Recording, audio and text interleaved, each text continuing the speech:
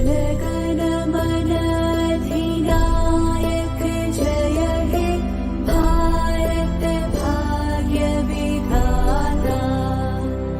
पंजाब सिंध गुजरात मराठा द्राविड उत्कल बंग।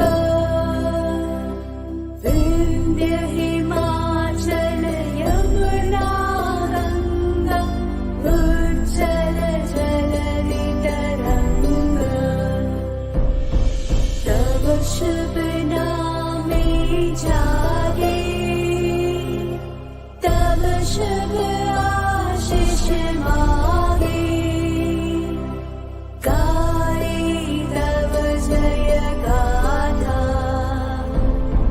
जनगण मंगलदायक जय हे भारत भाग्य विधाता। जय हे जय हे जय हे जय जय जय जय हे।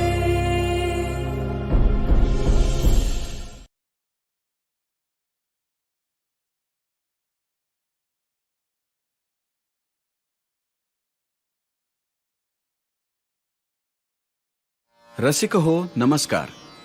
सहर्ष सादर करीत आहोत ज्ञान साधना गीत. कवी प्राध्यापक प्रवीण दवणे, संगीत विनय राजवाडे.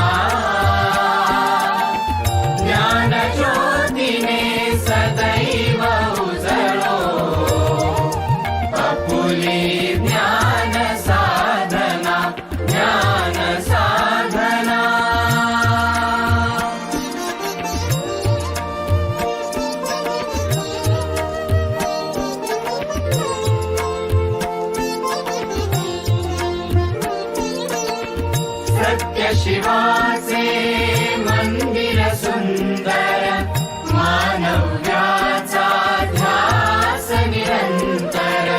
सत्य शिवाचे मंदिर सुंदर मानव्याचा ध्यास निरंतर. गुरु शिष्याच्या नात्यामधली व्रतस्थ मन साधना. सदैव उजळो आपुली ज्ञान साधना. ज्ञान साधना.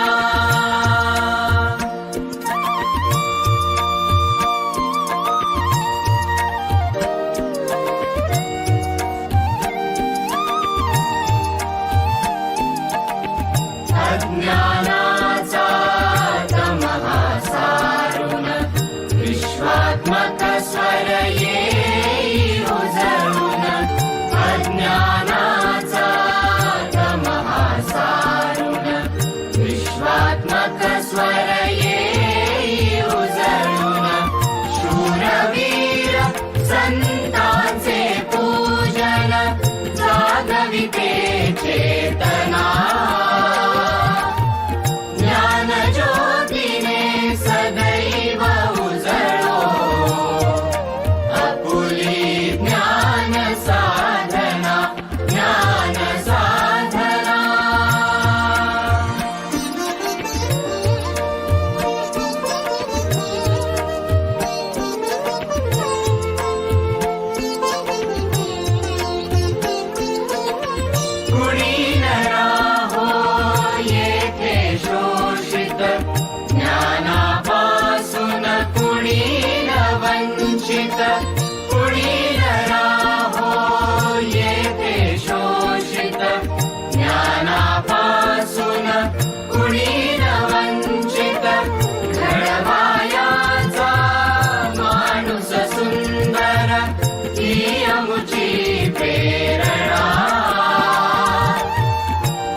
ज्ञानज्योतीने सदैव उजळो आपुली ज्ञान साधना ज्ञान साधना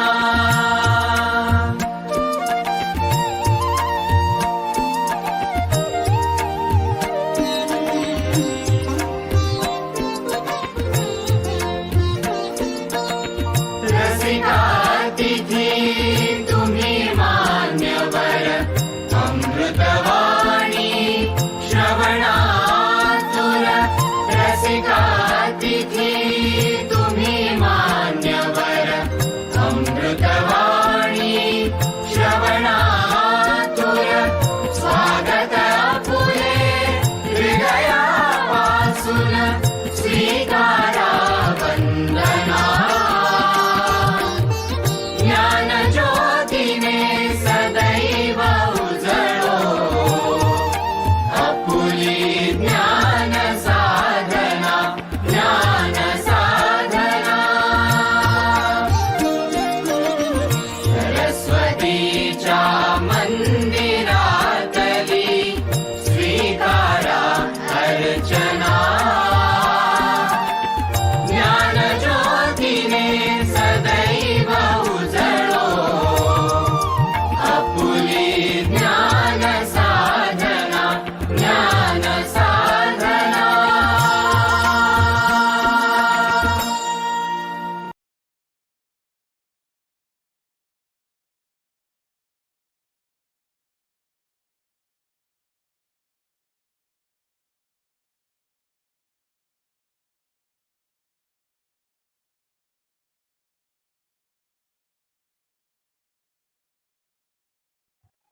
नमस्कार, सुस्वागतम.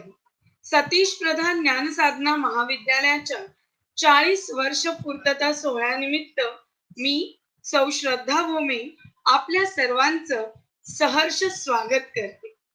शैक्षणिक वर्ष 2020-21 कोविड-19 या महामारीमुळे संपूर्णतः आभासी मंचावरच घेण्यात आले.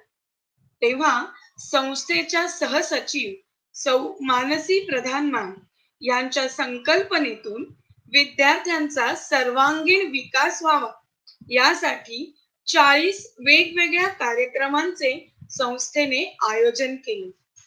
महाविद्यालयातील सर्वच विभागांनी आपापल्या विषयांनुसार मुलांसाठी व्याख्याने, चर्चासत्रे, quiz competition, poster competition, online cultural festival utopia, शोध निबंध सादरीकरण अशा स्वरूपाच्या कार्यक्रमांचे ग्लोरियस 40 या नावाखाली मार्गदर्शन विद्यार्थ्यांना केले. आज 40 वर्ष पूर्तता सोहळ्यानिमित्त आपणास विशेष अतिथी म्हणून चतुरस्त्र अभिनेत्री सौ मृणालताई कुलकर्णी लाभल्या आहेत. त्यांच्याशी आपण गप्पा मारणारच आहोत, पण तत्पूर्वी आपल्याला मार्गदर्शन करण्यासाठी महाविद्यालयाच्या प्राचार्यांना डॉक्टर हेमंत चित्ते सरांना मी आमंत्रित करते.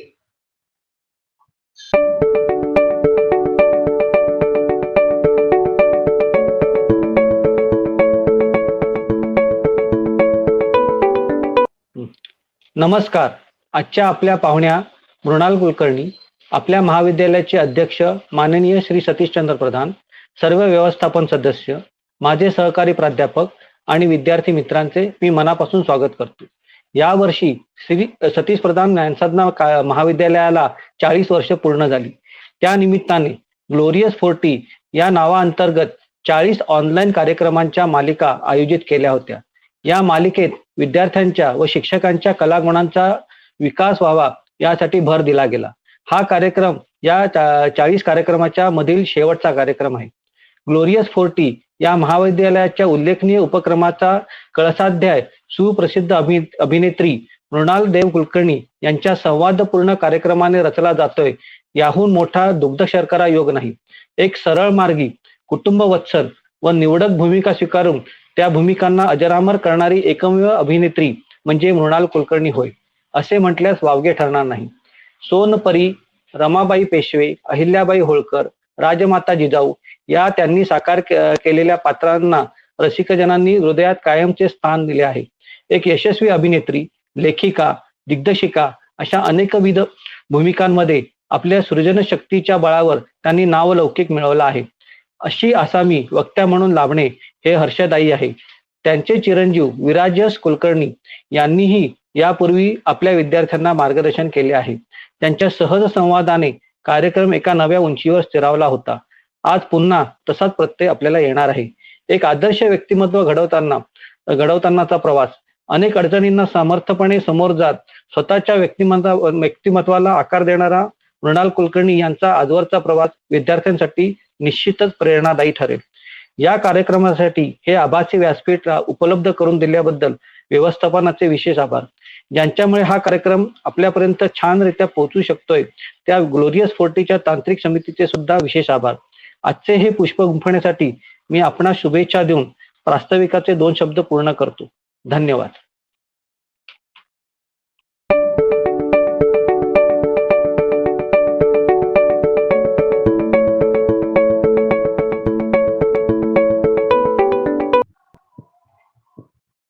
धन्यवाद डॉक्टर चित्ते सर. सोनपरी, रमाबाई या नावाने परिचित मृणालताई कुलकर्णी यांचा जीवन प्रवास आता मी आपल्या सर्वांसमोर उलगडते. सन्माननीय सुप्रसिद्ध अभिनेत्री मृणाल देव कुलकर्णी आपणास सादर प्रणाम. मराठी, हिंदी, नाट्य, मालिका व चित्रपट सृष्टी आपण आपल्या प्रतिभा सामर्थ्याच्या जोरावर अढळ स्थान निर्माण केले आहे. अभिनेत्री, लेखिका, दिग्दर्शिका अशा अनेकविध भूमिकांमध्ये आपण अगदी सहजतेने वावरला. या प्रत्येक भूमिकांमध्ये निर्भेळ यश संपादन केले. आपले आजोबा प्रसिद्ध साहित्यिक श्री गो.नि. दांडेकर, आई लेखिका, वडील प्राचार्य आणि लेखक, सासरे अभिनेते, सासू डॉक्टर आणि पती वकील असे एकंदरीतच सुशिक्षित, संस्कार समृद्ध, साहित्य गंध दरवळत राहणारे माहेर आणि सासर आपणास लाभल्यामुळे अभिनयाच्या क्षेत्रात आपण नित्य नवे यशशिखर गाठले. आपल्या व्यस्त दिनक्रमातही आपला मुलगा विराजस याचा सांभाळ व कौटुंबिक जबाबदाऱ्या यांचा सुंदर ताळमेळ कुटुंबियांच्या मदतीने आपण साधला. स्वामी या आपल्या पहिल्याच मालिकेमध्ये आपण साकारलेल्या रमाबाई पेशवे यांच्या प्रभावी भूमिकेमुळे आपण रसिक जनांच्या हृदय सिंहासनावर कायमच्या विराजमान झाला. यानंतर अहिल्याबाई होळकर, द ग्रेट मराठा आणि राजमाता जिजाऊ मालिका, राजा शिवछत्रपती आणि चित्रपट फर्जंद ही आपण निभावलेली ऐतिहासिक पात्रे आपल्या सहज सुंदर अभिनयाने अजरामर झाली. जिजाऊ आणि सोनपरीच्या भूमिकांनी तर अबाल वृद्धांना चांगलीच गुरळ घातली. द्रौपदी, हसरते, मीराबाई, टीचर, खेल, स्पर्श या मालिकांबरोबरच कुछ मीठा हो जाए, देह, छोडो Kal Ki Baatein, yellow, rainy day, doctor Babasaheb Ambedkar, Veer Savarkar असा आपला चित्रपट प्रवासही अत्यंत विलक्षण आहे. अवंतिका या मालिकेने प्रेक्षकांच्या मनावर बराच काळ अधिराज्य गाजवले. तर प्रेम म्हणजे प्रेम असतं व रमा माधव या 2 चित्रपटात अभिनयाबरोबरच आपले दिग्दर्शनाचे कसबही रसिकांनी चांगलेच अनुभवले. आपले मेकअप उतरवल्यानंतर हे मराठी पुस्तकही प्रकाशित करण्यात आले आहे. आपल्यासारख्या बहुआयामी व चिरतरुण सौंदर्य लाभलेल्या व्यक्तिमत्वाची कारकीर्द साहित्य कलावंत प्रतिष्ठानतर्फे दिला जाणारा वागयज्ञ पुरस्कार, दैनिक लोकमत तर्फे महाराष्ट्रीयन ऑफ द इयर म्हणून आपली झालेली निवड, रोटरी क्लब ऑफ चिंचवडचा कला गौरव पुरस्कार अशा असंख्य पुरस्कारांनी नटलेली आहे.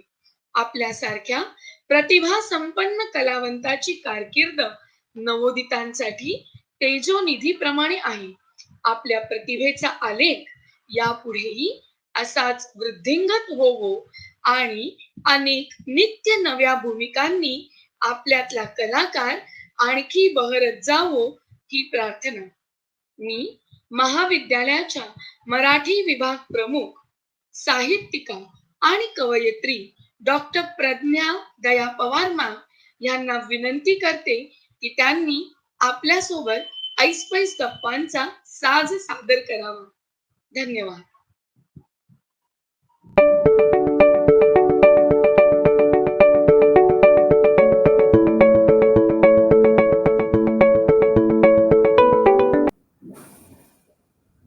नमस्कार. सुरुवातीलाच डॉक्टर श्रद्धा भोमे मॅडम यांच्या प्रति धन्यवाद व्यक्त करते. श्रद्धा मॅम, तुम्ही आजच्या आपल्या संवादाची अगदी झकास अशी सुरुवात करून दिलेली आहे. मृणाल कुलकर्णी या अत्यंत सिद्धहस्त अशा कलावंत आहेत हे तर खरंच, परंतु तुम्ही आता जो त्यांचा परिचय करून दिलेला आहे त्या परिचयातून मृणालजींच्या व्यक्तिमत्वाचे विविध पैलू देखील आपल्या समोर साक्षात झालेले आहेत. एक चतुरस्त्र अभिनेत्री, मॉडेल, निर्मात्या, वेगळ्या वाटा धुंडाळू पाहणाऱ्या दिग्दर्शिका, मेकअप उतरल्यावर सारख्या पुस्तकाच्या लेखिका आणि सामाजिक जाणीवेने काम करणाऱ्या, समाजाप्रती काही एक बांधिलकी मानून त्या दिशेने अत्यंत गांभीर्याने काम करणाऱ्या ज्या काही स्वयंसेवी संस्था आहेत, त्यातल्या काही स्वयंसेवी संस्थांशीही त्यांनी स्वतःला जोडून घेतलेलं आहे आणि त्या दिशेने त्यांनी त्यांचं अतिशय कृतिशील असं योगदान दिलेलं आहे. आपल्या आजच्या संवादातून त्यांना जाणून घेण्याचा प्रयत्न तर करणार आहोतच आपण, पण त्यांच्या आजवरचा जो सगळा प्रवास झाला त्या प्रवासाविषयी, त्यातल्या वाटावळणांविषयी, खाचखळग्यांविषयी आणि पुढे त्यांचा हा जो सगळा मार्ग आहे तो मार्ग लोकमान्यता आणि राज्यमान्यतेपर्यंत देखील कसा जाऊन पोहोचला त्याविषयीही मी त्यांच्याशी बोलणार आहे.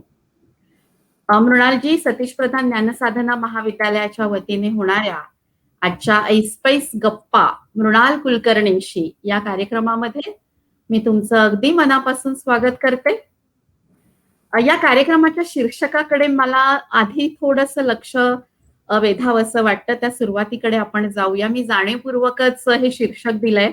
तुम्हाला कल्पना असेलच आणि आजचा हा जो कार्यक्रम ऐकतायत आपले अनेक विद्यार्थी आणि सगळे गुरुजन, आमचे सगळे प्राध्यापक सुहृद, शिक्षकेतर सगळे सुहृद, त्या सगळ्यांना कल्पना आहे की महाराष्ट्रातल्या अतिशय ख्यातनाम अशा विदुषी, संशोधिका, लेखिका दुर्गा भागवत यांच्याशी अनेक विषयांवर अगदी मनमोकळ्या गप्पा, योग्य शब्द योजायचा झाला तर ऐसपैस गप्पा मारल्या होत्या सुप्रसिद्ध लेखिका प्रतिभा रानडे यांनी. आणि त्यांच्या गप्पांमधून साकारलेल्या उलगडलेल्या ऐवजाला पुस्तक रूपात आणताना प्रतिभा रानडे या लेखिकेने हे शीर्षक दिलं होतं की ऐसपैस गप्पा दुर्गाबाईंशी. मला जेव्हा आज दुपारी आपल्या या सगळ्या कार्यक्रमाला तंत्रसहाय्य करणाऱ्या आणि या आभासी मंचावर हा जो सगळा आपला आपण जो संवाद घडवून आणतो आहोत, तर त्याच्यासाठी मदत करणाऱ्या आमच्या प्राध्यापिका सारिका सागर यांचा फोन आलाय की मॅडम शीर्षक सुचवा आजच्या कार्यक्रमाचं, तेव्हा माझ्या मनात आलं की हेच शीर्षक अतिशय योग्य असू शकेल. आज तुमच्याशीही मला अशाच ऐसपैस गप्पा मारायच्या आहेत मृणालजी, आणि आमच्या विद्यार्थ्यापर्यंत तुमचा प्रवास आणि मुळामध्ये मृणाल कुलकर्णी यांना समग्रपणे पोहोचवायचंय.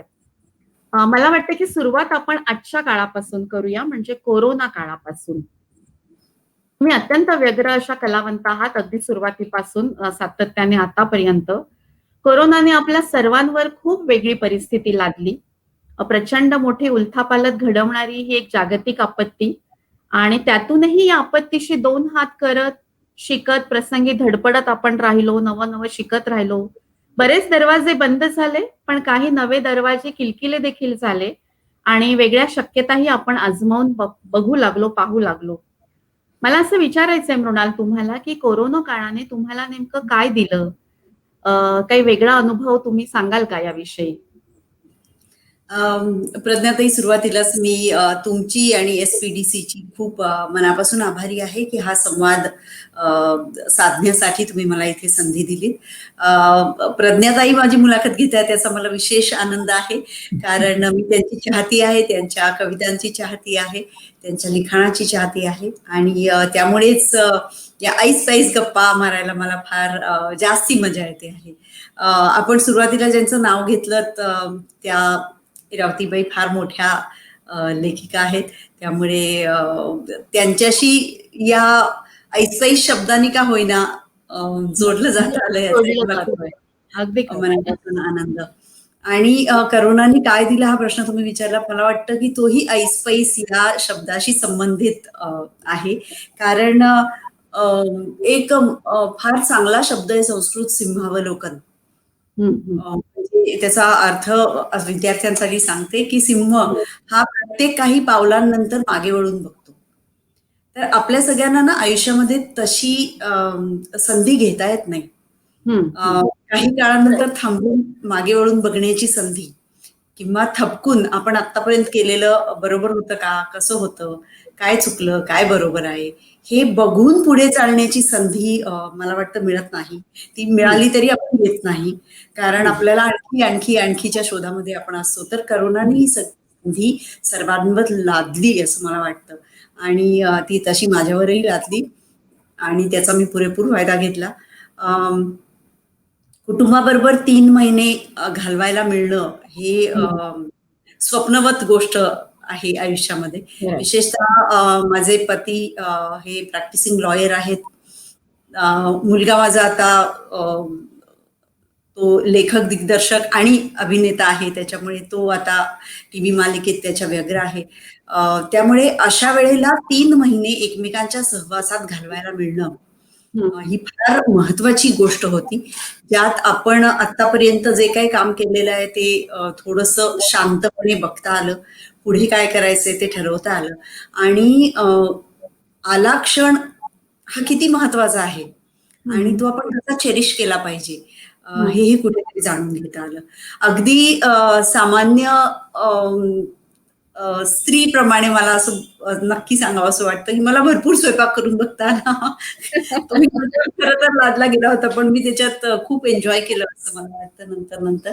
आणि वाचन झालं, अनेक गोष्टी पाहायच्या होत्या त्या पाहून झाल्या, त्यामुळे मी खूप पॉझिटिव्हली हा पिरियड घेतला. सेकंड फेज मध्ये जेव्हा मला करोना झाला तेव्हा मात्र मला थोडंसं प्रेशर झालं, टेन्शन झालं. कुटुंबीय माझे खूप घाबरले, कारण पहिल्या आणि दुसऱ्या फेजच्या मध्ये मी भरपूर शूटिंग केलं, वेगवेगळे प्रोजेक्ट्स केले, 3 हिंदी फिल्म्स केल्या, आणि त्याच कालावधीत मला बहुतेक ती लागण झाली असावी.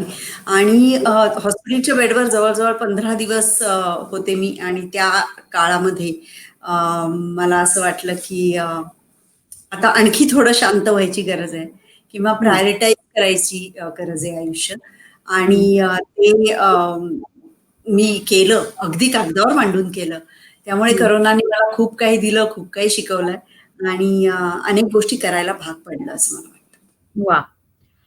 सिंहालोकन हा खूप अतिशय चपखल असा तुम्ही हे शब्द योजलेला आहे, आणि खरोखर आहे तो जरा पुढे जातो आणि मागे वळून सगळा धांडोळा घेत असतो, आणि आपल्यातल्याच अनेक वेगवेगळ्या शक्यता किंवा आपल्याला ओळख व्हावी असा हा सगळा काळ खरंय आपल्या सगळ्यांच्याच बाबतीमध्ये होता. मी काल रात्री ना तुमचा चित्रपट पाहिला, प्रेम म्हणजे प्रेमच. तुम्हाला खरं तर अनेक वर्षांपासून विविध सिरियल्स म्हणा, विविध वेगवेगळ्या माध्यमातून आम्ही पाहतो आहोत, अनुभवतो आहोत, तुमचा प्रवास जाणून घेतो. आता एकदम असं काय झालं, म्हणजे दीर्घकाळ एक अभिनेत्री म्हणून ही सगळी वाटचाल चालू असताना नेमकं असा ड्रायव्हिंग फोर्स जो असतो ना, कधी कधी आपल्याला असं वाटतं की काहीतरी करून बघावं. म्हणजे आता दीर्घकाळ मी कविता लिहिते, तर मला मग वाटलं की आता कवितेतनं मला जे म्हणायचंय ते सगळं पुरेसं मांडता येत नाहीये, थोडा दीर्घ पट हवा, मग कथेकडे किंवा वेगवेगळ्या नाटकाकडे जातं. तर असं काही झालं का की आता माझी गोष्ट जी सांगायची ती मीच सांगेन, किंवा जो कॅमेरा मागचा जो डोळा आहे, दृष्टिकोन आहे, नजरिया आहे, तो माझाच असेल. तर काय कसं झालं ही सगळी प्रक्रिया किंवा हा जो सगळा प्रवास आहे, की अभिनेत्री ते दिग्दर्शिका, निर्मात्या असं मला आम्हाला जाणून घ्यायला आवडेल. तुम्ही म्हटलात ते अगदी बरोबर आहे. काही माणसंच अशी असतात की ज्यांना असं वाटत राहतं की हे झालं आता पुढे काय? मला वाटतं मी पण त्यातलीच आहे.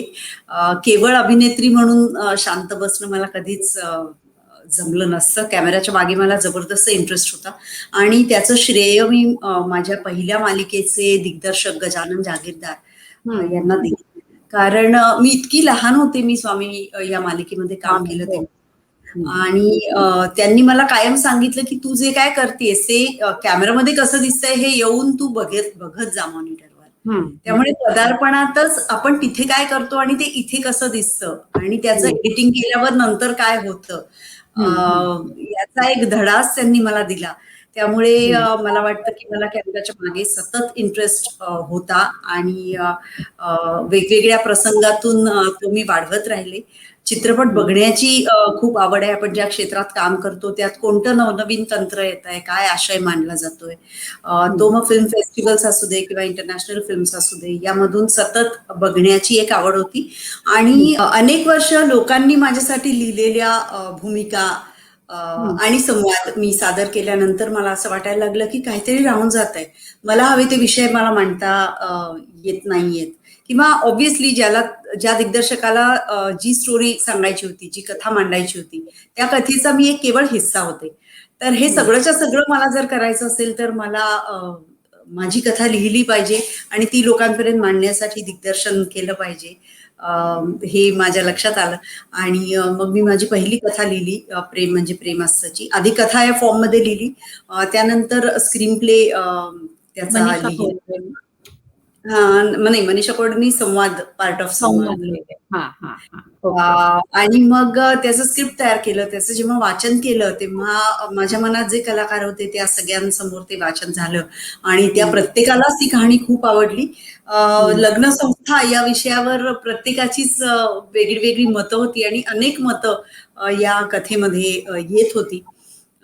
त्यामुळे सगळ्यांनी मला पुष्कळ उत्साह दिला, बळ दिलं आणि मी माझ्या पहिल्या दिग्दर्शनाला सुरुवात केली. पण याची एक गंमत आहे प्रज्ञाताई, आधी मी याच्यामध्ये काम करणार नव्हते. मला केवळ दिग्दर्शन करायचं होतं. मला वाटलं मला हे दोन्ही पेलणार नाही कदाचित.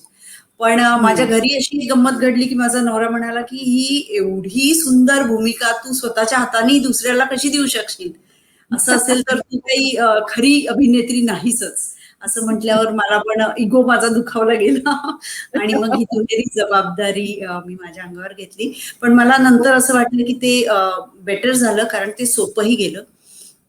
कारण जसं आपण म्हणतो कन्सेप्शन पासून जी भूमिका मला माहिती होती, जी व्यक्तिरेखा माझ्या मनातनं तिनं जन्म घेतला होता, ती व्यक्तिरेखा पडद्यावर साकार करणं माझ्यासाठी तसं सोपं होतं. खरंय. खूप छान अनुभव तुमचा तर असणार, पण मलाही एक बघताना एक प्रेक्षक, एक रसिक म्हणून खूप अतिशय चांगला अनुभव काल रात्री या चित्रपटाने मला दिला आणि मला खात्री आहे माझ्यासारख्या अनेकांनी हा अनुभव घेतला असेल. मृणालजी, एक आमच्या विद्यार्थ्यांच्या पण मनामध्ये एक प्रश्न असा आहे आणि त्यांनी काही प्रश्न मला आवर्जून पाठवलेले आहेत. कारण आमच्याही महाविद्यालयामध्ये चित्रपट आणि टेलिव्हिजन आणि न्यू मास मीडिया हा महत्वाचा असा अभ्यासक्रम गेले काही वर्षांपासून सुरू आहे.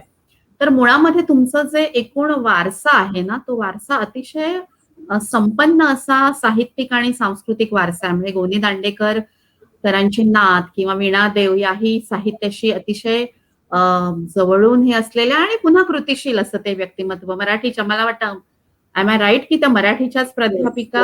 हा, कारण अनेक कार्यक्रमांमध्ये त्या आणि मी एकत्र पण होतो. तर हा जो तुम्ही फिलॉसॉफीच्या विद्यार्थिनी आहात, म्हणजे एका अर्थाने सगळा हे जे आपले ज्याला आपण विषय एकमेकांशी निगडीत असलेले, तर हे सगळं वाचत वाचत तुम्ही जे प्रवास केला, तर तेव्हा काय वाचत होतात, आज काय वाचता? आणि याला जोडून एक प्रश्न की तुमच्या या सगळ्या वाचन प्रक्रियेचा आणि तुमच्या अभिनयाचा सगळ्या प्रवासाचा कसा काही नातं जोडता येईल किंवा काय सांगाल त्या नात्याविषयी तुम्ही? पहिल्यांदा एक छोटंसं क्लॅरिफिकेशन की मी फिलॉसॉफीची विद्यार्थिनी नाही. मी बरं, मराठी हां. आणि इंग्रजी साहित्याची विद्यार्थिनी आहे. मला अरे वाह! माहिती नाही का इंटरनेटवर कुणाच्या बरोबर आहे. कारण मी जे तुमच्याविषयी गेले काल दिवसभर जे वेगवेगळे शोध घेत होते, त्यामध्ये आणि कुणाची तरी मला इच्छा असणार की मी फिलॉसॉफीत काहीतरी करावं किंवा मी एक्झॅक्टली खूपच फिलॉसॉफिकल आहे असं लोकांना वाटत असेल कारण कदाचित. तिथे अशी इन्फॉर्मेशन आहे, त्यामुळे माझाही हो. असा समज झाला आणि हा जो तुम्हाला कालपासून जाणून घेण्याचा प्रवास हा खूप छान आणि सुंदर पद्धतीने चालू आहे. आपण आता तो पुढे आणखी नेतोय. तर आणि तर खूप प्रज्ञाताई मला चांगलं या निमित्ताने मला विद्यार्थ्यांना हे सांगायचंय की इंटरनेटवर जे नाचतं ते सगळंच खरं नसतं. अगदी याचं एक आपल्याला उदाहरण मिळालं. त्यामुळे तुम्हाला हवी ती गोष्ट तुम्ही नेहमी तपासून घ्या. आणि करेक्ट नसेल तर ती करेक्ट करण्याची काय सोय आहे ते मला पण सांगा. It will help.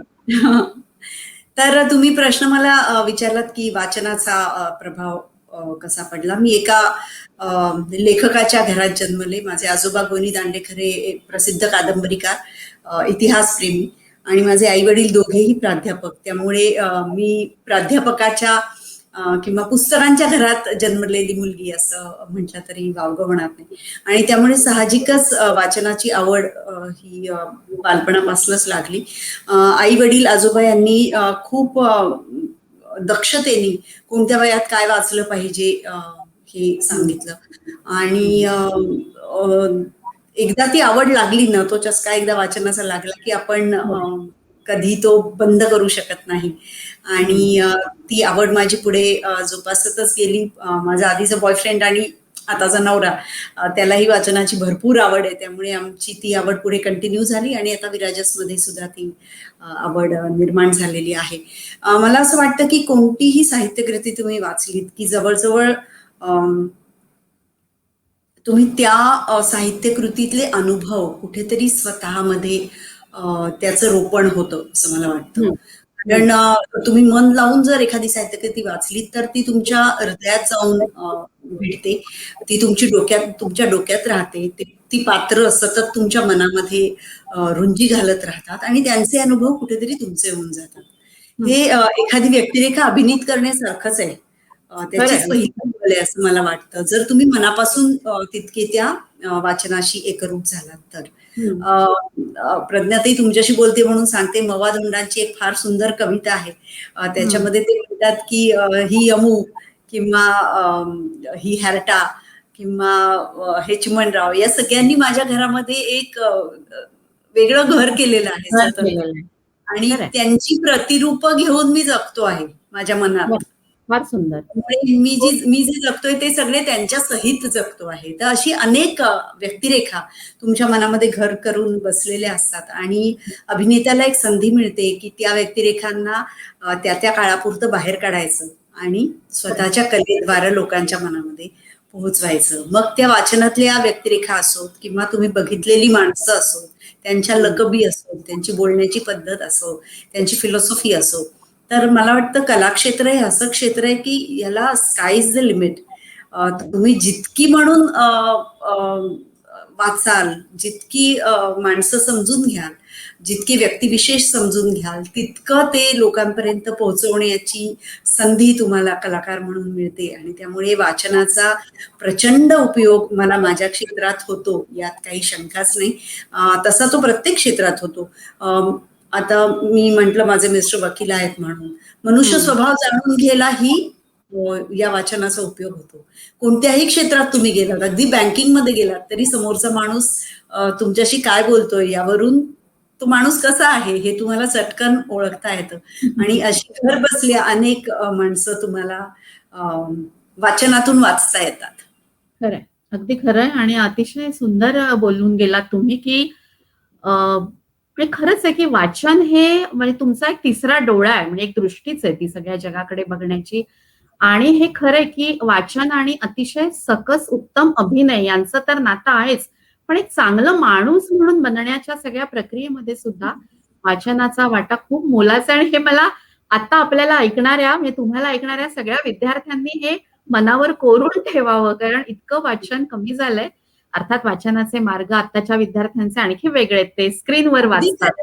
म्हणजे कुठेही मला वाचा. असं वाटत नाही की वाचन कमी झालं आहे, कारण माझ्या घरात विराजसकडे मी जेव्हा बघते तेव्हा Yes. तो तर पुस्तकं वाचतोच, पण पुस्तकाखेरीजही तो इंटरनेटवर इतकं काही नक्की. वाचत असतो. त्यामुळे माहिती मिळवण्याचे स्रोत पण त्यांचे वेगळे आहेत आणि I think he should respect that. खरंय. पुढे आपण जाऊया, की तुम्ही सीरियल्स मध्ये काम केलं, चित्रपट आहेत. मराठी तर संपूर्ण हे विश्व आहेच, की ज्याच्यामध्ये तुम्ही तुमची अतिशय लखलखीत अशी नाममुद्रा उमटवलेली आहे. त्यानंतर तुम्ही हिंदीमध्ये पण काम केलेलं आहे आणि अतिशय दिग्गज म्हणजे फारुख शेख वगैरे सगळे जी दिग्गज अशी मंडळी आहेत, की त्यांच्याबरोबर पण काम केलेलं आहे. तर कसा होता तो सगळा अनुभव? हिंदीत आणि मराठीमध्ये नेमका काय फरक आहे? त्यांच्या काम करण्याच्या पद्धतीत फरक आहे का? किंवा तुम्ही आणखी कुठल्या भारतीय भाषांमध्ये काही कामं केलेली आहेत, की तिकडची चित्रपटची जी सगळी व्यवस्था आहे किंवा निर्मिती प्रक्रिया, त्यांचं जे वर्क कल्चर, हिंदीतलं वर्क कल्चर, मराठीतलं वर्क कल्चर यामध्ये काही फरक आहे का? काय सांगाल याच्याविषयी? मला वाटतं की प्रत्येक माणूस जसा आहे ना तसं त्याचं वर्क कल्चर असतं. हं, मराठी हं. माणूस जसा आहे ऐसपैस तसंच त्याचं वर्क कल्चरही असतं. हिंदी माणूस वेगळा आहे, त्याचं वर्क कल्चर तसं आहे. मी आता एक दिग्दर्शित केली फिल्म 2 वर्षापूर्वी, त्याचं नाव ती अँड ती. होय. झी टीव्हीवर ती बघायला मिळेल तुम्हाला. ती तरुण फिल्म आहे एकदम. हं, हं. ती राजस आमच्या मुलांनी लिहिलेली फिल्म आहे आणि मी दिग्दर्शित केली. ती आम्ही पूर्णतः इंग्लंडमध्ये शूट केली आणि तेव्हा सगळा माझा क्रू हा ब्रिटिश होता. बरं. तर तेव्हा त्यांची काम करण्याची पद्धतही मी अनुभवली आहे. हं, तर मला हं. वाटतं की व्यक्ती तशा प्रकृती त्याप्रमाणे जशी माणसं आपल्याला भेटतात तसं काम करतो आपण आणि करावं लागतं. स्वतःला त्यात ऍडजस्ट करून घेणं हे कोणत्याही व्यावसायिकाचं काय म्हणू खरं. आपण कर्तव्य असतं. मराठी माणसं ही दोस्तीत काम करतात असं मला वाटतं. हिंदी थोडी जास्त प्रोफेशनल असतात आणि परदेशी तर आणखी जास्त प्रोफेशनल असतात. त्यांची तुमच्याकडनंही अपेक्षा असते की तुम्ही तसंच प्रोफेशनली काम करावं. मला पर्सनली असं वाटतं की आपण सगळ्यांनीच प्रोफेशनल होण्याची खूप गरज आहे. कारण आपण कोणत्याही व्यवसायात शिरतो तेव्हा माणूस म्हणून आपण काय आहोत हे सिद्ध होत असतं. आणि माणूस म्हणून खरं तर आपण जसे असतो तसेच आपण व्यावसायिक म्हणून असतो. त्यामुळे माणूस म्हणूनच तुम्ही थोडासा तुमच्यात तो प्रोफेशनलिझम असणं खूप आवश्यक आहे असं मला वाटतं. मला गंमत वाटते की जाहिरात करताना जी गोष्ट आपण अत्यंत पर्टिक्युलरली करतो ती गोष्ट सिनेमा करताना थोडी कमी पर्टिक्युलरली करतो आणि मालिका करताना फारच कमी पर्टिक्युलरली करतो. हा मला अनुभव काही फारसा आवडत नाही, पण दुर्दैवाने हे असं आहे. ओके. आतापर्यंत तुम्ही विविध भूमिका केलेल्या आहेत. तुमची आवडती भूमिका कोणती आहे? की असं आहे की मला सिद्ध करणारी भूमिका अजून मला माझ्या समोर यायची आहे, माझ्या वाट्याला यायची आहे, असं काही आहे का? काय आहे नेमकं? की अगदी म्हणजे ही माझ्या काळजात जाऊन बसलेली ही भूमिका आहे. असं तुम्ही तुमच्या स्वतःच्या कोणत्या पात्राविषयी, व्यक्तिरेखेविषयी म्हणाल? अम, तुम्हाला विचारलं तुमची सगळ्यात आवडती कविता कोणती, तर मला तुम्हाला नाही सांगणं जेवढं अवघड आहे तेवढं हे अवघड आहे. अभिनेत्यांसाठी हे अधिक जास्त अवघड असतं, कारण इतकी वर्ष तुम्ही इतक्या वेगवेगळ्या भूमिका इतक्या वेगवेगळ्या वयाच्या टप्प्यावर केलेल्या असतात, त्याचाही त्याच्यामध्ये एक भाग असतो. त्यामुळे हे सांगता येणं खरंच खूप अवघड आहे. पण मला कोणत्या भूमिकेने बरंच काही दिलं असं याचं उत्तर मी देऊ शकेन. आणि त्याचं उत्तर आहे राजा शिवछत्रपती मधल्या आऊसाहेबांची भूमिका. कारण मला ज्या स्त्रीबद्दल म्हणजे शिवाजी महाराजांची आई जिजाऊ यांच्याबद्दल मला निरतिशय आदर पहिल्यापासूनच आहे. अर्थातच माझ्या घरामध्ये माझ्यावर शिवप्रेमाचे संस्कार झालेले आहेत आणि एक अशी स्त्री जिनी फार काही सोसलंय, भोगलंय आणि फार त्याग केलेले आहेत आणि 2 राजांना तिने संस्कार त्यांच्यावर केले. ही स्त्री ही फार विलक्षण आहे असं मला वाटतं. त्या स्त्रीनी फार तरुण वयामध्ये आपले वडील आणि भाऊ यांचा खून एका दिवशी होताना बघितला. आपल्या पतीला सतत परागंदा व्हावं लागत होतं हे तिने बघितलं आणि ज्या काळामध्ये आदिलशाह, निजामशाह किंवा दिल्ली बादशाह यांची नोकरी करणं यात धन्यता मानत होते सगळेजण आणि महाराष्ट्र असा काही उरलेलाच नव्हता. तेव्हा या स्त्रीने स्वप्न पाहिलं की स्वराज्य आणि स्वातंत्र्य हे आपल्याला मिळवलंच पाहिजे. जवळजवळ 300 वर्षानंतर हे स्वप्न पाहणारी एक स्त्री होती, याचा मला फार अभिमान वाटतो. आणि त्या स्त्रीनी असं मूल घडवलं की त्या मुलाने तिचं स्वप्न हे साकार करून दाखवलं. आणि शिवाजी महाराजांनी जितकं शौर्य गाजवलं किंवा आपण त्यांना काय म्हणूयात, शिवाजी महाराजांशिवाय आपल्या कोणाचंच आयुष्य संपूर्ण होणार नाही असं मला वाटतं. त्या शिवाजी महाराजांचं आयुष्य ज्या स्त्रीनी संपूर्ण केलं ती स्त्री म्हणजे त्यांची आई. त्यांच्या अनुपस्थितीत संपूर्ण स्वराज्याचा कारभार सांभाळणारी स्त्री म्हणजे जिजामाता. आणि अत्यंत सक्षम हाताने स्वतःच्या मुलावर संस्कार करून स्वराज्य आणि स्वातंत्र्य म्हणजे काय हे त्याच्याकडून करून घेणारी ही आई. आणि तिची व्यक्तिरेखा मला रंगवता आली, एकदा नव्हे अनेकदा रंगवता आली. मालिकेमध्ये आली, चित्रपटांमध्ये आली, आणि आताही माझा नवीन चित्रपट पावनखिंड येतो आहे, त्याच्यातही पुन्हा एकदा मी जिजाबाई साहेबांचा एक वेगळा पैलू घेऊन लोकांपुढे येईन. त्यामुळे मला वाटतं की ही व्यक्तिरेखा मी कितीही वेळा आणि कोणत्याही प्लॅटफॉर्मवर केली तरी सुद्धा मला ती सतत नवीन काहीतरी देत राहते. वा, नाही खरंच आहे, विलक्षण व्यक्तिमत्व. म्हणजे आता तुम्ही जे सांगताय आणि आपल्याला सगळ्यांनाच ते विदित आहे, प्रश्नच नाही की प्रचंड विलक्षण असं व्यक्तिमत्व, एक ऐतिहासिक व्यक्तिरेखा निभावताना आणि ते आणताना किती ते आव्हान मोठं आहे आणि ते तुम्ही अतिशय दमदारपणे पेललेलं आहे, हे रसिकांची जी पावती मिळते त्याच्यावरून दिसतच आहे. त्याला जोडूनच एक असं विचारावं असं वाटतं की मृणाल कुलकर्णी असं म्हटलं की आपले काही एक विचार असतात, आपल्या काही एक भूमिका असतात, आपले काही एक व्ह्यूज असतात, एक वैचारिकता असते आपली, एक विचारांची एक अशी चौकट म्हणा, किंवा माझी या विचारांवर श्रद्धा आहे. तर आपल्या वैचारिकतेशी किंवा वैचारिक भूमिकेशी मेळ न खाणारी व्यक्तिरेखा जेव्हा तुमच्या समोर येते, तर तेव्हा ते आव्हान तुम्ही कसं स्वीकारता, कसं पेलता? प्रत्यक्ष उदाहरण असं देऊन सांगितलं तर विद्यार्थ्यांपर्यंत जरा त्यांना ते समजून घ्यायला सोपं जाईल, की असं काही आहे का? अशा म्हणजे आता तर तसं होत नाही, कारण लोकांना माहिती आहे साधारण कोणत्या पद्धतीच्या भूमिका या मला अपील करतील किंवा मी चटकन हो म्हणेन. सुरुवातीला सगळ्यांच्याच समोर अशा काही भूमिका येतात की ज्या कोणत्याही कलाकाराला गोंधळात पाडतात आणि त्यांना वाटतं की हे आपण करूया का नको, म्हणजे ही केल्याने आपली करिअर चांगली सुरू होईल, आपल्याला प्रसिद्धी खूप मिळेल, आपल्याला समाधान मिळेल का, आपल्याला नंतर कशाला मी हे केलं असं वाटत राहील. तर माझ्या नशिबाने मी खूपच माझ्या डोक्यात क्लॅरिटी होती की मला कोणत्या पद्धतीची कामं करायची आहेत. त्यामुळे सुरुवातीलाच मी असं ठरवलं होतं की आता मला मागे वळून बघताना याची गंमत वाटते की तेव्हा मी हे कसं काय ठरवलं, पण हे फार पूर्वी माझं ठरलं होतं की मला माझ्या घरच्यांबरोबर बसून बघताना संकोच वाटणार नाही अशा पद्धतीचं काम मला करायचंय. दुसरा मुद्दा की मला प्रत्येक वेळेला काहीतरी नवं देईल अशी व्यक्तिरेखा करायची. आणि तिसरा मुद्दा म्हणजे मला केवळ डान्सिंग ग्राउंड द ट्रीज ज्याला म्हणतात तसं मनोरंजन करायचं नाहीये. यापेक्षा काहीतरी मी देणं लागते समाजाचं. माझ्या आजोबांनी जे त्यांच्या लेखनातून दिलं, माझ्या आई वडिलांनी जे त्यांच्या शिकवण्यातून दिलं, दोघंही प्रोफेसर्स होते आणि अत्यंत विद्यार्थीप्रिय शिक्षक होते, तसंच मला या माध्यमातून लोकांना काहीतरी द्यायचंय, त्यांना विचार करायला भाग पाडायचं आहे. कोणता ना कोणता मुद्दा त्यांच्या लक्षात राहायला पाहिजे माझ्या कामातून. केवळ मी कशी सुंदर दिसते आणि अधिकाधिक मेकअप करून मी कशी ग्लॅमरस दिसते, उत्तान कपडे घालून मी कसं लोकांना माझ्याकडे आकर्षून घेते, या पद्धतीची इंटरेस्ट माझे कधी नव्हते. आणि त्यामुळे मी अशा अनेक भूमिकांना, ऑफर्सना मी सहज नाही म्हणू शकले की जे आपल्याला करायचंच नाही त्याला आपण सरळ नाही म्हणायचं. नाही, बरोबर आहे की एक विचार घेऊन तुम्ही शेवटी या सगळ्या याच्यामध्ये उतरलेले असता, आणि कशाला नकार द्यायचा, कशाला होकार द्यायचा हे शेवटी तारतम्याने आपल्यालाच ते ठरवावं लागतं. हे तर अगदी खरं आहे. याला जोडूनच की आता कसं आहे मृणालजी, की आता मुळात तुमचं जे विश्व आहे ते अतिशय ग्लॅमरस आहे, अतिशय आकर्षक आहे, अतिशय चकाकणार आहे.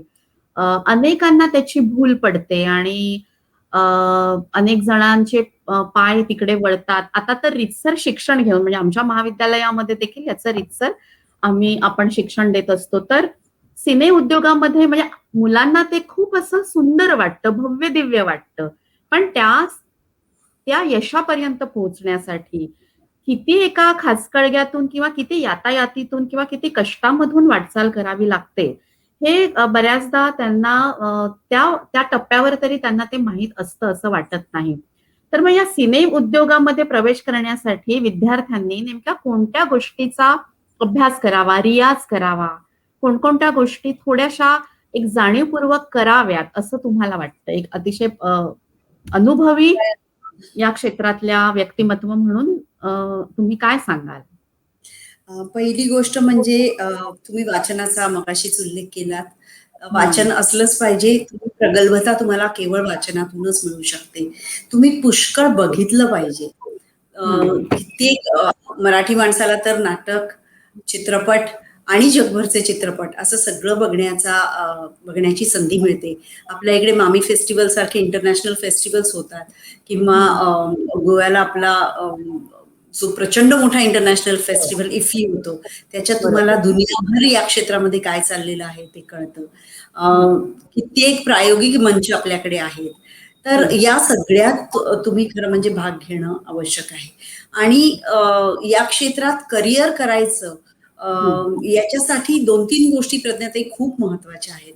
पहिली गोष्ट तुमची टॅलेंट, दुसरी गोष्ट मेहनत, तिसरी गोष्ट पेशन्स आणि चौथी सगळ्यात महत्वाची गोष्ट म्हणजे लक. या चारही गोष्टींची जर सांगड व्यवस्थित घालता आली तर तुम्ही टॉपला जाऊ शकता.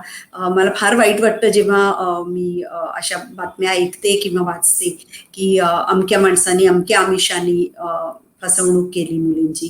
तर अनाठायी आकर्षण या क्षेत्राचं ज्या लोकांना आहे आणि ज्यांना एक पक्का बेस नाही माणूस म्हणून, त्या माणसांची फसवणूक नक्कीच या क्षेत्रामध्ये होऊ शकते. आवड आणि प्रोफेशन या 2 गोष्टी भिन्न आहेत हेही लक्षात ठेवलं पाहिजे. कारण प्रोफेशनल जर तुम्हाला व्हायचं असेल तर त्यासाठी त्याचं शिक्षणही आवश्यक असतं, अनुभव आवश्यक असतो आणि मी नेहमी गमतीने म्हणते तसं तुमचे पाय जमिनीवर असणं पण खूप आवश्यक असतं. तुम्ही हवेत उडायला लागला छोट्याशा कामानंतर तर खाली खेचणारं तुम्हाला खाली म्हणजे जमिनीवर आणणारी माणसं फार कमी असतात, पार खाली पोचवणारी माणसं खूप असतात. त्यामुळे having a strong head on your shoulder आणि हॅव्हिंग स्ट्रॉंग फीट हे 2 मुद्दे फार महत्वाचे आहेत. तुम्हाला काय वाटतं की अलीकडच्या काळामध्ये सिनेमा, चित्रपट किंवा सिरियल्स किंवा एकूणच दृकश्राव्य माध्यम याच्यामध्ये रोजगाराच्या संधी ह्या कितपत आहेत किंवा त्या वाढतायत का? की आत्ताच्या सगळ्या परिस्थितीमुळे म्हणजे कोरोनाच्या सगळ्या काळामध्ये पुन्हा ते आकुंचन होते आणि आम्ही वाचत असतो की सगळं थांबलंय. तर काय वाटतं तुम्हाला रोजगाराच्या संधी खरोखर उपलब्ध आहेत या क्षेत्रामध्ये? या क्षेत्रात रोजगाराच्या संधी प्रचंड उपलब्ध आहेत. गुड. आणि मी फक्त अभिनय क्षेत्र असं म्हणत नाही, तर लेखनामध्ये सुद्धा स्क्रीन प्ले रायटिंग आहे, पटकथा लेखन म्हणजे कहाणी लिहिणं, पटकथा लेखन, संवाद लिहिणं, मग ते मालिकांचे असतील, वेब सिरीजचे असतील, चित्रपटाचे असतील, शॉर्ट फिल्मचे असतील, हे लेखनाचं झालं. त्यानंतर दिग्दर्शन अर्थातच. एका दिग्दर्शकाला मालिकेमध्ये आणि चित्रपटामध्ये 4 असिस्टंट्स असतात. त्यातून तुम्हाला बरंच काही शिकता येऊ शकतं सुरुवातीला. त्यानंतर कॅमेरामन मध्ये लाइटिंग डिपार्टमेंट असतं किंवा कॅमेरा डिपार्टमेंट असतं, सेटिंग असतं आणि मार्केटिंग असतं किंवा प्रोडक्शन डिझाईन असतं. अशी अनेक क्षेत्र या एका क्षेत्राशी जोडलेली आहेत. पोस्ट प्रोडक्शन हे अत्यंत दुर्लक्षित, म्हणजे कुणी असं म्हणताना मी तर ऐकलं नाही की मला पोस्ट प्रोडक्शन कंट्रोलर व्हायचं आहे म्हणून. तर ते एक अत्यंत आव्हानात्मक आणि हायली टेक्निकल जॉब असतो तो, आणि त्या माणसाला अख्खी फिल्म स्वतःच्या डोक्यावर ठेवून काम करावं लागतं. त्यामुळे असे अनेक जॉब्स अनेक पद्धतीचे उपलब्ध आहेत. पण प्रत्येक जण जर असं म्हटलं की मला ऍक्टरच व्हायचंय तर त्याला तेवढ्या संधी आहेत की नाही आणि लगेच चान्स मिळेल का नाही, आणि एकदा चान्स मिळाला तरी तो पुन्हा पुन्हा मिळत राहील का नाही हे कोणीच सांगू शकणार नाही. पण या क्षेत्राशी संबंधित, मीडियाशी संबंधित अनेक कोर्सेस सुरू झाले. तुमच्याही कॉलेजमध्ये एक उत्तम कोर्स आहे आणि अशा कोर्सेसद्वारे अनेक संधी या क्षेत्रातही उपलब्ध आहेत. वा, आमच्या विद्यार्थ्यांसाठी हे खूपच आश्वासक असं चित्र मृणालजी तुम्ही निर्माण केलेले. आता अभिव्यक्ती स्वातंत्र्याचा जो मुद्दा आहे ना, तो पुन्हा पुन्हा येत असतो चर्चेमध्ये. आता OTT जे सगळे आहेत आणि वेब सिरीज वगैरे आहेत, तर तिथे तर काही सेन्सॉरशिपचा मुद्दा आता तरी नाहीये किंवा सध्या तरी निर्बंध नाहीयेत. एक कलावंत म्हणून, एक अभिनेत्री, दिग्दर्शिका, निर्मात्या म्हणून तुम्हाला काय वाटतं की सेन्सॉरशिप असली पाहिजे का? काय वाटतं तुम्हाला? याच्यामध्ये तुम्ही मला अभिनेत्री म्हणून, निर्माती म्हणून, दिग्दर्शक म्हणून विचारलं, पण एक पालक म्हणून सुद्धा माझा दृष्टिकोन मला मांडायचा आहे. आणि मला नेहमीच असं वाटतं की सेन्सरशिप असली पाहिजे. आपल्या देशात दुर्दैवाने अजूनही नुसतं ते 15+, 10+, AU वगैरे अशी सगळी गंमत चालू असते, पण ते कोणी सिरियसली पाळताना दिसत नाही. याची सगळ्याची सुरुवात घरामध्ये तुमचं आई वडिलांची किती कनेक्ट आहे इथपासनं सुरू होते. किंवा तुम्ही त्यांच्याशी मोकळेपणाने बोलू शकता का, ते तुमच्याशी मोकळेपणाने बोलू शकतात का, मित्रांमध्ये, मैत्रिणींमध्ये तुम्ही हे टॅबूड सब्जेक्ट किती मॅच्युअरली त्याच्याविषयी बोलता, हे महत्वाचं आहे असं मला वाटतं. आणि एकंदर समाजातली मॅच्युरिटी जर वाढत गेली, जे सोपन आहे, तर आपल्याला सेन्सरशिप बाळगण्याचं कारण नाही. आता काय होतं आहे की केवळ आम्हीही हे करू शकतो आणि हे आवडतंय लोकांना, आणि हे लोक हे असला सीन आहे का असं विचारतात, म्हणून ते करण्याकडे कल वाढतो आहे. किंवा गे रिलेशनशिप्स, या सगळ्यावर अंडरलाईन करण्याची काही गरज नाहीये. माणसं, आपल्याला कथा सांगायची आहे, आपल्याला कहाणी सांगायची आहे, हे मुख्य आहे. आणि त्या कहाणीच्या ओघात येणाऱ्या ज्या गोष्टी आहेत त्या सांगायला काहीच हरकत नाहीये. पण आपल्याकडे सध्या जे पेव फुटलेलं आहे काही सेन्सरशिप नसल्यामुळे, तर तसं होऊ नये असं मात्र मला नक्की वाटतं. एक कलाकार म्हणून मी माझ्यावर काही बंधनं घालून घेतलेली आहेत की मला काय प्रकारचं काम करायचंय आणि काय नाही.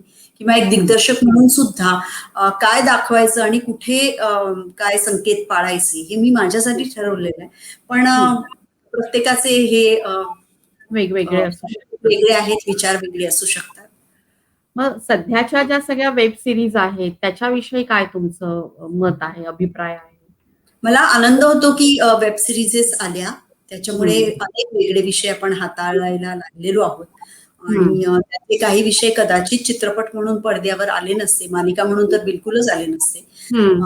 पण हे माध्यम अजूनही थोडस काय म्हणूया आपण, सेन्सर करावं अशा पद्धतीने हाताळलं जातं आहे. कारण त्याच्यात सेक्स आणि व्हायलन्सला कुठेतरी फार महत्व दिलं जातं आहे. ते बॅलन्स आउट होईल थोड्याच दिवसात अशी मला खात्री आहे. कारण लोकांनाही एकदा त्याचं नाविन्य संपलं की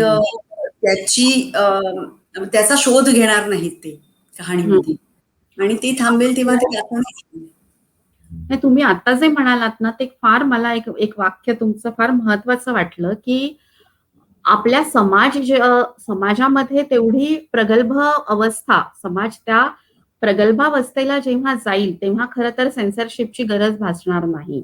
आता तरी सगळे OTT प्लॅटफॉर्म्स हिंसा आणि सेक्स आणि सगळा व्हायलन्स हे सगळं आणतायत, पण त्यामागे त्यांचं एक असं पण आहे की बा समाजामध्ये हे कितीतरी पटीने आहे. म्हणजे ज्या पद्धतीने जग आता एका अतिशय हिंसेकडे जात आहे किंवा सगळीकडे ज्या पद्धतीने चाललंय, आणि ज्या विविध रिलेशनशिप आहेत, म्हणजे स्त्री आणि पुरुष फक्त एवढं दोनच आयडेंटिटी नाही, तर एक तिसरी आता ट्रान्सजेंडर आणि त्यांचे सगळे जे माणूस म्हणून जगतानाचे जे त्यांचे पेच आहेत आणि जे त्यांचे जो त्यांचा सगळा झगडा आहे, जो संघर्ष आहे, तो ज्या प्रकारे एका मानवीय पद्धतीने मांडण्याचे प्रयत्न आहेत की जे इथे होतात.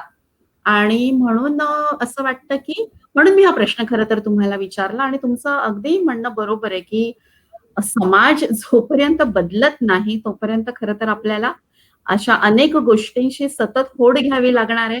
मग सेन्सरशिप असावी नसावी याच्याशी पण आपण कायम झगडत राहू आणि त्या दिशेने पुढे जाऊया. तुम्ही एक पुस्तक लिहिलंय की मेकअप उतरल्यावर. तर मग हे शीर्षक का घ्यावंसं वाटलं? म्हणजे मेकअपचं ओझं असतं का? काय असतं म्हणजे नेमकं की तो सगळा मेकअप लावण्याच्या आधीची मृणाल आणि नंतरची मृणाल असं काय असते? ती कशी असते प्रक्रिया व्यक्तिरेखेत जाणं? म्हणजे मेकअप उतरवल्यानंतर असं शीर्षक का घेतलेलं आहे? त्यामागची भूमिका काय आहे तुमची? कारण तुम्ही मेकअप जेव्हा लावलेला असतो तेव्हा तुम्ही ती व्यक्तिरेखा असता, तुम्ही बरोबर. तिच्या अंतरंगात शिरलेला असता आणि ती व्यक्तिरेखा कशी बोलेल, काय विचार करेल, तसा विचार करण्याची, वागण्याची, बोलण्याची, उठण्या बसण्याची तुम्ही तसा प्रयत्न तुमचा चालू असतो. पण जेव्हा तो मेकअप उतरवता तुम्ही, तेव्हा तुम्ही स्वतः असता. तेव्हा तुम्हाला काय वाटतं, ती व्यक्तिरेखा म्हणून नाही, तुम्हाला माणूस म्हणून, मृणाल कुलकर्णी म्हणून तुम्हाला काय वाटतं, हे कुठेतरी तेव्हा तुम्ही लिहिता. तुम्ही मेकअप करून नाही लिहित, कुठली व्यक्तिरेखा बनवून नाही लिहित. तर तुम्ही जेव्हा फक्त मृणाल कुलकर्णी असतात तेव्हा तुम्ही मृणालची मतं, मृणालचे विचार मांडता. त्यामुळे मला ते समर्पक वाटलं की जेव्हा मी जिजाबाई नसते, जेव्हा मी सोनपरी नसते, जेव्हा मी अवंतिका नसते, हे सगळे मुखवटे, हा सगळा मेकअप जेव्हा मी उतरवते तेव्हा माझ्या मनात जे येतं ते मी त्या लेखांमध्ये लिहिलेलं आहे. म्हणून त्याचं नाव मेकअप कसा उतरवल्या. वाटला तुम्हाला हा लेखनाचा अनुभव कसा वाटला? म्हणजे अर्थातच ऍक्च्युली आनंददायक ते असं बसून पुस्तक लिहिलं एक असं नाही झालं ते. मी अनेक वर्ष वेगवेगळ्या नियतकालिकांमधून लिहित होते. त्यातले काही लेख एकत्र करून ते पुस्तक तयार झालं. त्याच्यामुळे स्तंभलेखन केलं तुम्ही, स्तंभलेखन करत होता, कॉलम रायटिंग करत होता. कॉलम रायटिंग मी लोकमतसाठी केलं 3 वर्ष, लोकसत्तासाठी केलं, महाराष्ट्र टाइम्ससाठी केलं. सकाळच्या तनिष्का नावाच्या मासिकाची मी 7 वर्ष संपादिका होते, त्याचं संपादकीय मी लिहित होते. म्हणून हे सगळं लिहिता लिहिता मी त्यातले मला आवडलेले काही लेख एकत्र करून युनिक फीचर्सनी हे पुस्तक काढलं. पुढे काही आहे का असं तुमच्या पुढचे काही संकल्प असे आहेत का की आत्मचरित्र लिहावं किंवा लेखनाच्या संदर्भामध्ये असे असे माझे पुढचे प्रोजेक्ट्स आहेत, असं काही आहे का तुमच्या समोर? हो, अशा अनेक गोष्टी आहेत. पण माझ्या चित्रपटाच्या कथा मी लिहिते.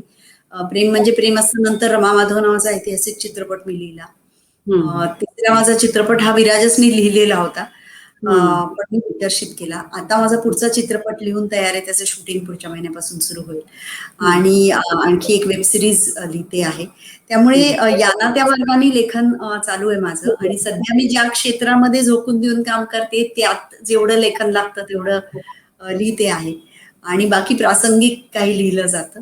पण अशी बैठक मारून अजून लिहायला थोडासा वेळ आहे असं वाटतं. नाही, तुम्हाला शुभेच्छा मी देऊन ठेवतेच. तुम्ही नक्कीच त्या खुणा तुमच्या सगळ्या तुमच्या लेखनामध्ये आणि तुमच्या सगळ्या कामामध्ये दिसतायत. त्यामुळे ते तुम्ही त्या दिशेने नक्कीच पुढे जाल. एक नेहमी प्रश्न विचारला जातो, म्हणजे आम्हाला पण विचारला जातो लेखकांना, की बाबा मला पण अनेकदा विचारलं जाते की तुमचे आवडते लेखक कोण, लेखिका कोण, तुम्हाला आवडणारी कवयित्री कोण आहे, आवडणारा लेखक कोण आहे, कवी कोण आहे. त्याच धर्तीवर विचारायचं झालं तर मृणाल कुलकर्णींना कोणती समकालीन अभिनेत्री आवडते किंवा मागच्या पिढीतल्या कोण आवडतात, हिंदीतलं कोण आवडतं किंवा जागतिक पटावरचा जो ज्याला आपण वर्ल्ड मूव्ही असं म्हणतो, तर असं की ज्यांनी खूप अभिनयाचे अतिशय श्रेष्ठ असे मापदंड आपल्या समोर उभे केलेत किंवा वेगवेगळ्या अभिनय शैली जगामध्ये आहेत, तर त्या अभिनय शैलीमधून त्यांनी ते सगळे हे ओलांडून पुढे गेलेले आहेत. तर असं मृणाल कुलकर्णींना आवडणारं कोण आहे अभिनयाच्या क्षेत्रात?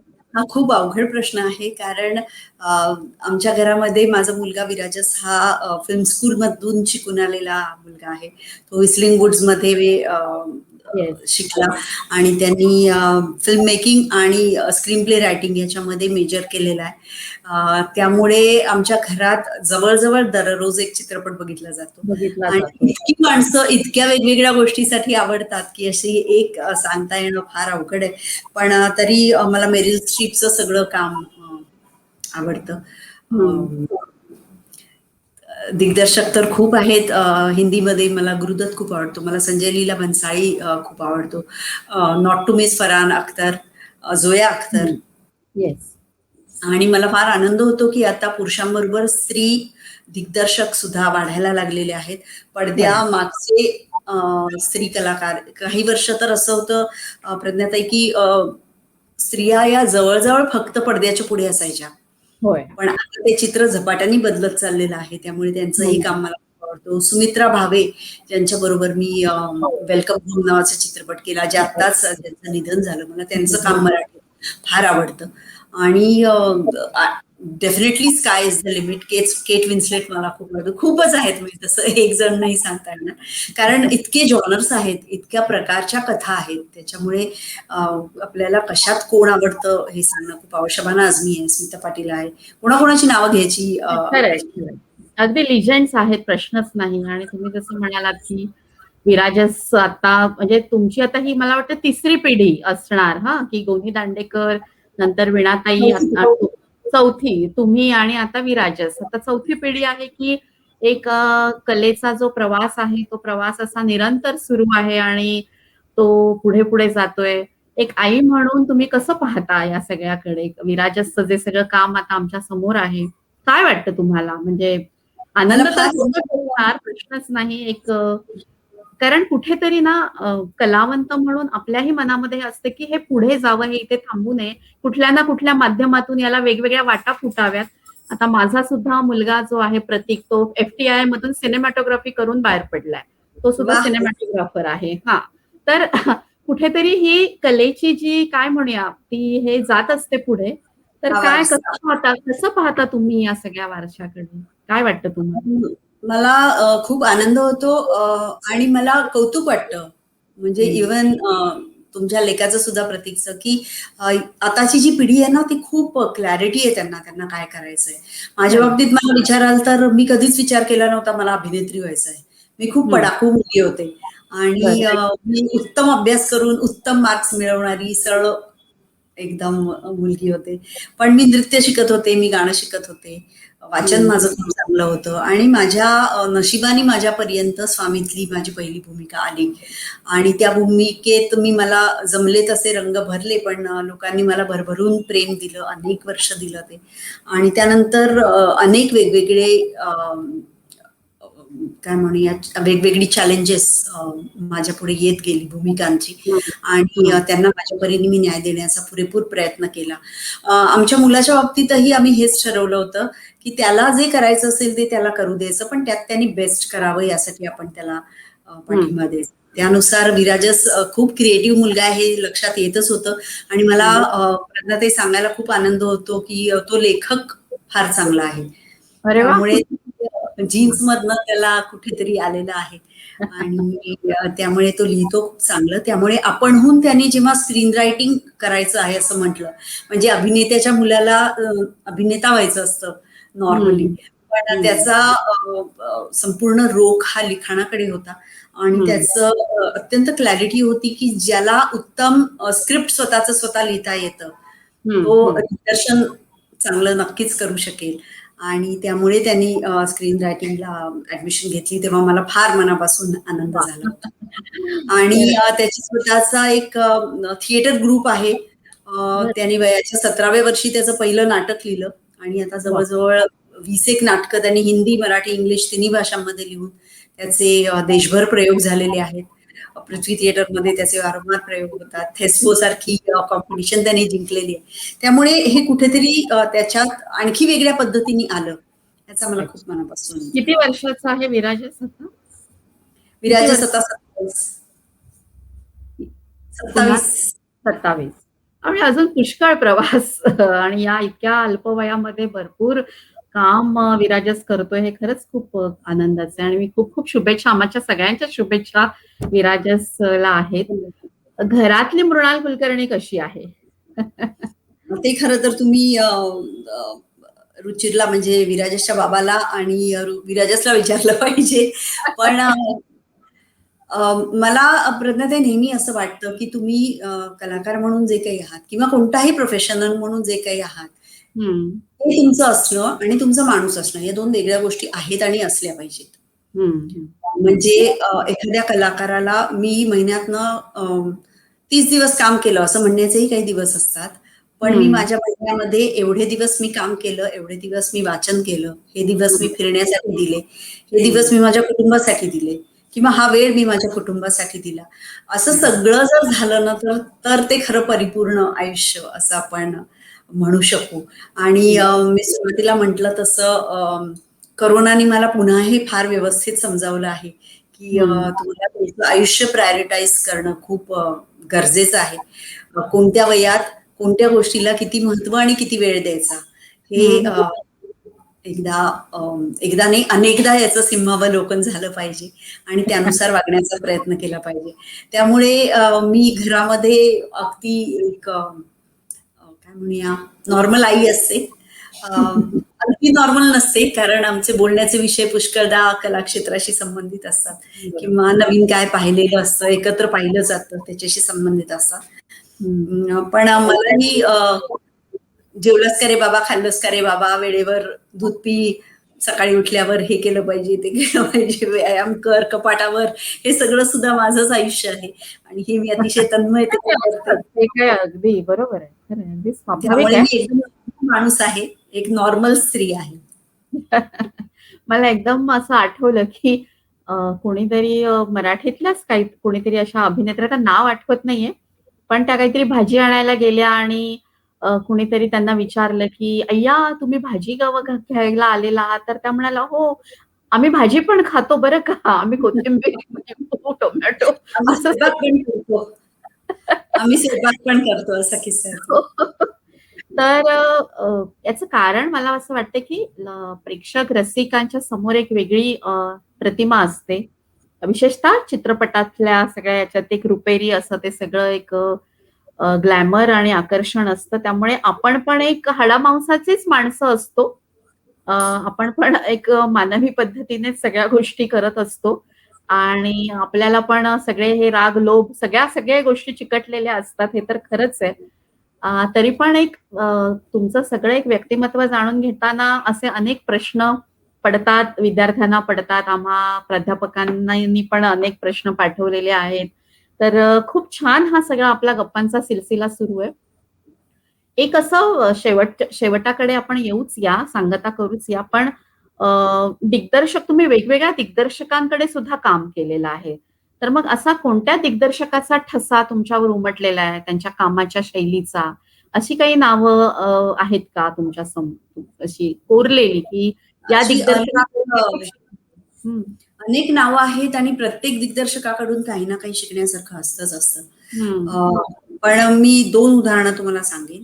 मला फार चांगले लेखक दिग्दर्शक मिळाले की ज्यांनी स्वतः त्यांचं स्क्रिप्ट लिहिलेलं होतं.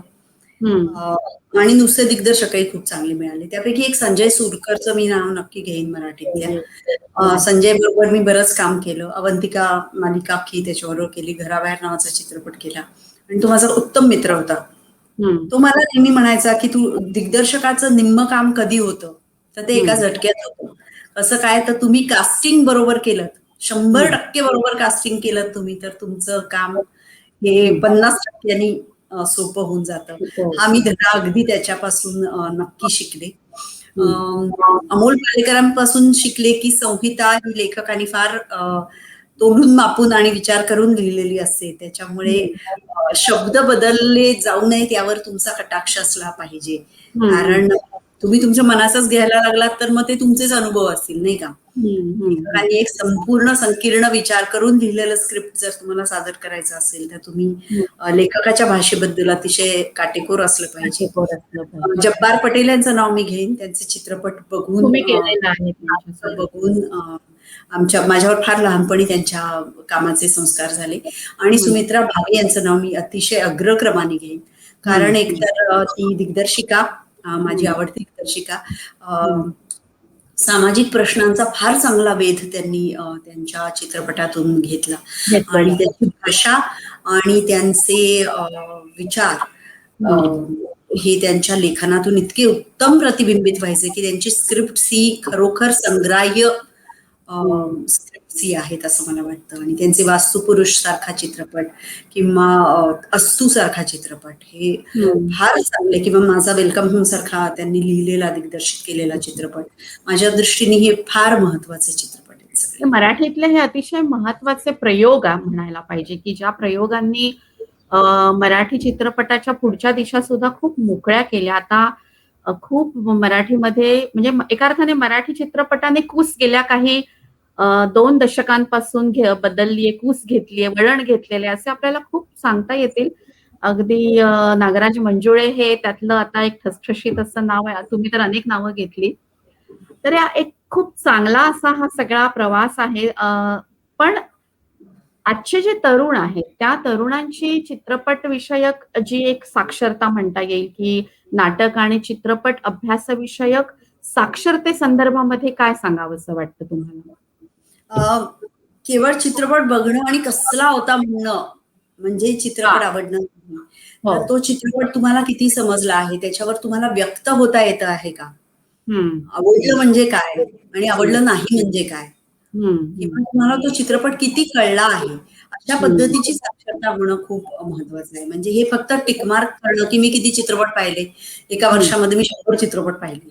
हं, हं. असं हे टिक मार्क करण्याचं माध्यम नाहीये. तर हं. चित्रपट ही फार महत्वाची कला आहे आणि त्या कलेचा समाजाच्या मनावर, समाज मनावर फार मोठा परिणाम होऊ शकतो, चांगलाही आणि वाईटही. त्यामुळे हो.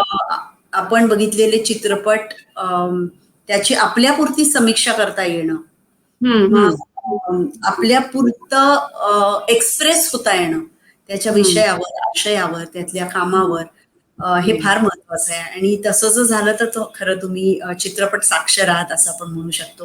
मला वाह! फार आनंद होतो की तुमच्याकडे एक वेगळं डिपार्टमेंट आहे चित्रपट कला किंवा माध्यम शिकवणारं आणि शिकलेला माणूस हा केवळ या माध्यमामध्ये परीक्षा दिली म्हणजे शिक्षित झाला असं नाहीये. तर त्याला व्यक्त होता आलं पाहिजे त्या माध्यमातून. तर तो हं. खरा साक्षर झाला आणि तसे साक्षर तुम्ही निर्माण करताय याचा मला खूप आनंद होतो. खूप सुंदर बोललात तुम्ही मृणाल.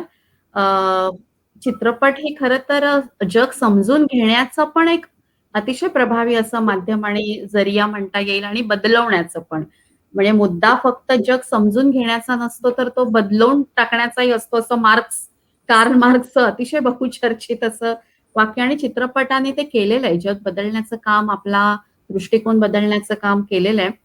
अ, मला एक असं खूप असे एक हिंदी असे एक 2 विधानं माझ्या वाचनामध्ये आली आणि तुम्हाला मला ते तुमच्यासाठी म्हणून, तुमच्या सन्मानासाठी म्हणून मला ते वाचावेसे वाटतात. एक आलोक चटर्जी म्हणून एक दिग्दर्शक आणि ते जबलपूर मध्य प्रदेश नाट्य विद्यालयाचे ते निर्देशक आहेत. तर त्यांनी काय सांगितलं, इतकी सुंदर शब्द आहेत आणि इतकी सुंदर वाक्य आहेत ती, की अभिनय एक ऐसा जीवंत झूठ है जो मंच पर या पर्दे पर पूरी ताकत से प्रभावी होता है, तो जीवन की सच्चाई भी इससे छोटी दिखने लगती है.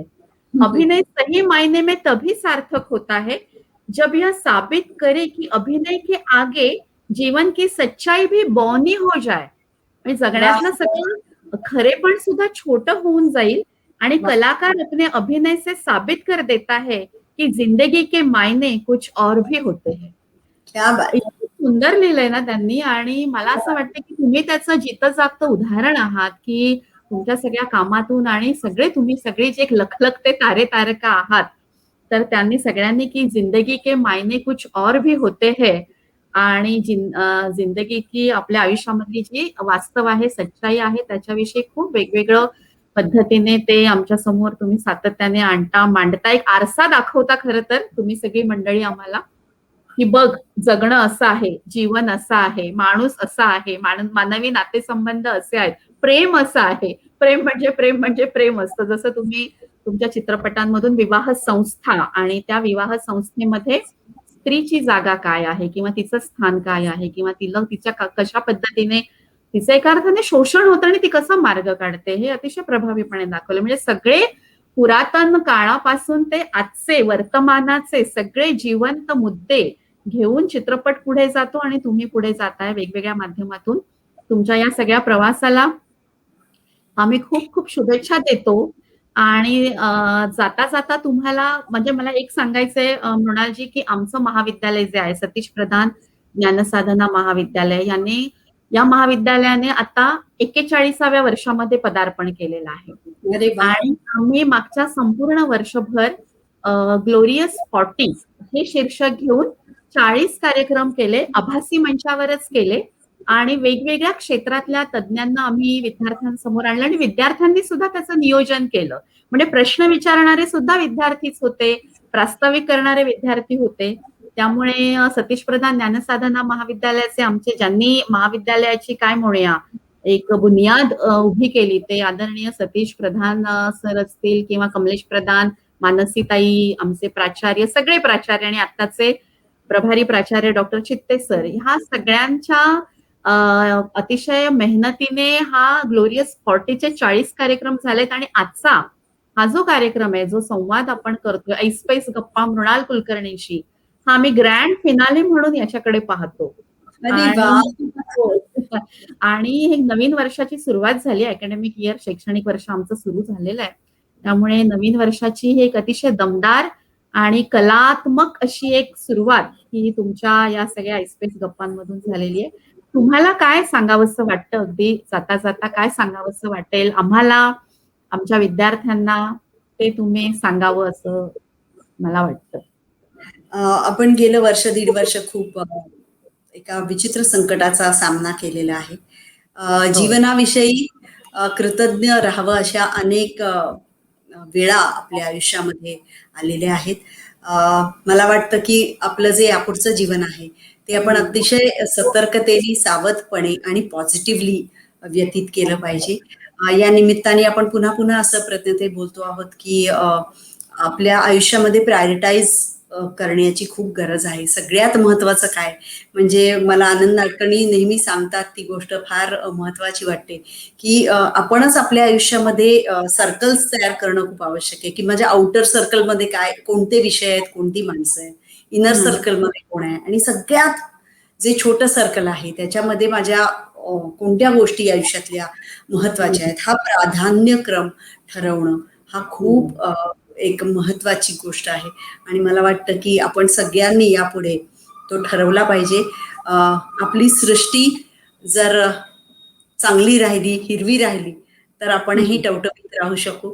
आपण शरीर जर निरोगी ठेवलं तर आपण अनेक संकटांशी सामना करू शकू आणि शरीराबरोबर मनाचीही काळजी घेतली तर एक पॉझिटिव्ह माणूस म्हणून आपण दुसऱ्यांनाही सकारात्मक ऊर्जा देऊ शकू.